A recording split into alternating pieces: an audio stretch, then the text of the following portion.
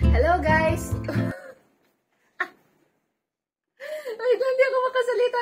Hello guys! So, UPCAT results are out. Ngayon, titignan na natin yung results ko. Kahit kakagising ko pa lang at paus yung boses ko dahil hindi na ako mapakali guys. Mas kinakabahan pa ako dito kaysa sa mismong exam. Buksan na natin itong link. Ayan. Ito yung bungad sa akin ng umaga. Oh, kailangan ng email address. Kaya maglalagin na tayo and makikita na natin yung results. Wait lang, pwede pa muna ako mag-pray. Mag-pray muna ako.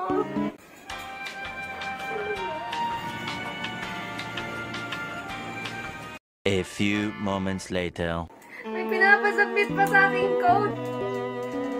Narinig niyo yung tibok ng puso ko. Ay, ayan na!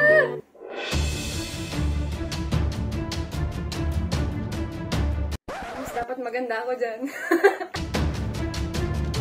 Copy na natin yung login code.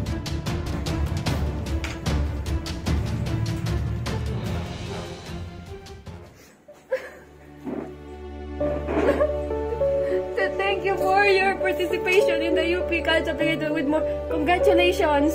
We are pleased to offer you first-year admission to the following. UP Diliman, BS Chemical Engineering, first semester. UP Diliman! Totoo po ito nakikita ko. Ito, kita pa sa mga umiyak. Totoo ba ito? Uy, basahin niyo. Basahin natin, basahin natin. Mabuti. Yee! Yung chemical engineering! Kasama ka sa 16! Congratulations! Thank you po. Isa sa pinakamahirap, chemical engineer! Sa main ka pa! Kita niyo, tears of joy ito, guys. So, wait, thank you muna ako. Ayan. So, thank you po sa lahat ng mga sumuporta sa akin. Maraming salamat po. At higit po sa lahat, maraming salamat po sa Ama. Kaya po, see you UP Diliman! Yee! Congratulations! Kaya ko na to. UP Diliman na! Chemical engineer pa! Ang hirap ipasa. Kasama ka sa top 60! Or 70. Oh, iyak ako.